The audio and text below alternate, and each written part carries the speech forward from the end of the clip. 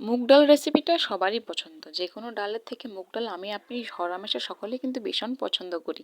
আর সেটা যদি মাছের মাথা দিয়ে রান্না করা হয় মুড়িঘন্ট বা অনুষ্ঠান বাড়ি বা দাওয়াত বাড়িতে কিন্তু আমাদের মুড়িঘন্টটা যখন দেওয়া হয় পাতে তখন কিন্তু খাওয়ার তৃপ্তিটা একটু বেশিই লাগে।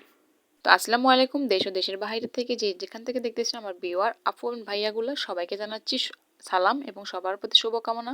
আশা করি সবাই ভালো আছেন। সকলের সুস্থতা কামনা করে শুরু করছি আজকের ভিডিও। কড়াইটা গরম দিয়ে আমি মুগ ডালগুলো দিয়ে দিলাম ভাজার জন্য। আমি বেশি করে ভেজে রেখে দিব, এই জন্য বেশি দিলাম। এই সবগুলো কিন্তু আজকে রান্না করব না। তো এদিকে একটা মাছের মাথাকে একেবারে পরিষ্কার করা নুন হলুদ মাখিয়ে নিচ্ছি ভাজার জন্য। কড়াইতে ভাজার জন্য আমি সরিষার তেল দিলাম। সরিষার তেল দিয়ে আজকে রান্নাটা করব। সরিষার তেল দিয়ে রান্নাটা করলে একটু বেশি ভালো আসে। সয়াবিন তেল বা আপনার পছন্দ অনুযায়ী যে কোনো তেল আপনি ব্যবহার করতে পারবেন।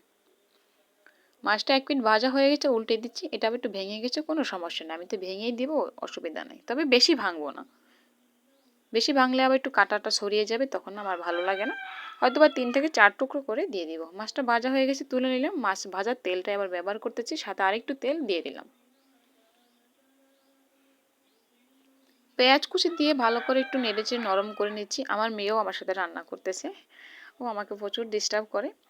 তো যাই হোক, পেঁয়াজটা ভেজে আমি আদা রসুন বাটা দিয়ে দিচ্ছি আর গোটা গরম মশলা দিচ্ছি। আগেও দিতে পারেন বা একটু পরে দিতে পারেন, সেটা সুবিধা।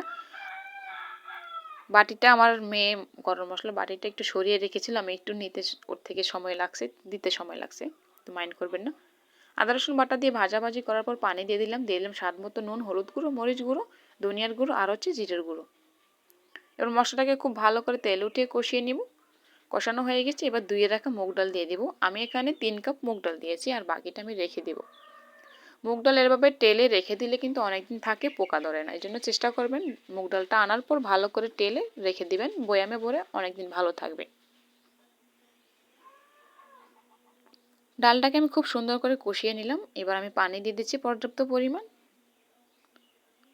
একটু নেড়েচেড়ে তারপর ঢেকে দেব। ডালটা ফুটে উঠেছে, এবার আমি মাছের মাথাগুলো দিয়ে দিব। মাছের মাথাগুলো আমি কয়েকটা টুকরো করে দিচ্ছি, 4-5 টুকরো করে দিব, ভাঙবো না আর। যে কোনো মাছের মাথা দিয়ে এইভাবে রান্না করা যায়, রুই মাছ, কাতলা মাছ, মৃগেল মাছ, পোনা মাছ, এটা আপনার সুবিধা। আমি তো কার্প মাছের মাথা দিয়ে দিলাম। মাথাগুলো দেওয়া হয়ে গেছে, এবার দিয়ে দিলাম গোটা কয়েক টমেটো কুচি আর দিয়ে দিলাম গোটা কয়েক কাঁচামরিচ। এবার ডেকে দিব একেবারে সুন্দর পরিপূর্ণ হওয়া পর্যন্ত। ডালটা আমার হয়ে গেছে, এবার 1 চামচ গরম মশলা গুঁড়ো দিয়ে দিব আর দিয়ে দিব গোটা কতগুলো কুচানো ধনিয়া পাতা।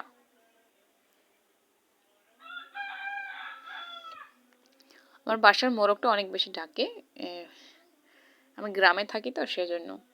একটু নেড়েচেড়ে নামিয়ে নিলে হয়ে যাবে আজকে আমার মাছের মাথা দিয়ে মুগ ডাল। যে যেখান থেকে ভিডিওটা দেখেন কেমন হলো অবশ্যই জানাবেন আর লাইক কমেন্ট করবেন। আর এটা হলো আমার মুগ ডালের ফাইনাল লুক। এখন আমি এটাকে বাটিতে বেড়ে নেব। যেহেতু রান্নাঘরে আলোর কম সেজন্য দেখতে সমস্যা, এখন বাইরে নিয়ে আসলাম। কেমন হলো জানাবেন, লাইক কমেন্ট করবেন, অবশ্যই সাপোর্ট করবেন আর একটু ভালোবাসা দিবেন।